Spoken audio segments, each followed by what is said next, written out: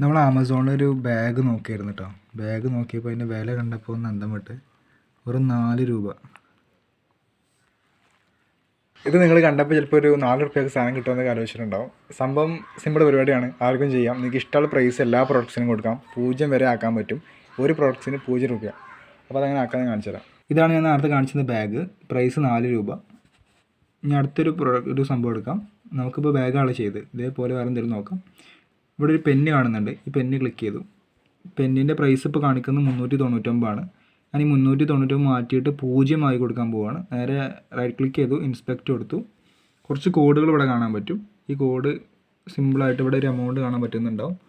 399 ആണ് ഇവിടെ കാണുന്നത്. ഞാൻ എന്ത് ചെയ്തു, അത് മാറ്റിയിട്ട് 0 എന്നാക്കി കൊടുത്തു, എൻ്റർ അടിച്ചു. ദെൻ ബാക്കോട്ട് വന്നു കഴിഞ്ഞാൽ എന്ത് ചെയ്യാൻ പറ്റും, ഈ പെന്നിൻ്റെ വില കണ്ടോ, 0 രൂപ. അപ്പോൾ ഇത് കാണുമ്പോൾ നിങ്ങൾക്ക് ഫ്രീ ആയിട്ട് കിട്ടുമെന്ന് വിചാരിക്കുന്നുണ്ടാവും. പക്ഷേ ഫ്രീ അല്ല. യൂസർ ഇൻ്റർഫേസിൽ, അതായത് UAയിൽ മാത്രമേ എന്ത് ചെയ്ത് മാറുള്ളൂ. വാങ്ങുമ്പോൾ 399 എന്തായാലും കൊടുക്കേണ്ടി വരും. അപ്പോൾ ആരും ഉടായ്പിലൂടെ സാധനം വാങ്ങാൻ നോക്കണ്ട, എമൗണ്ട് ഫുള്ള് കൊടുക്കേണ്ടി വരും.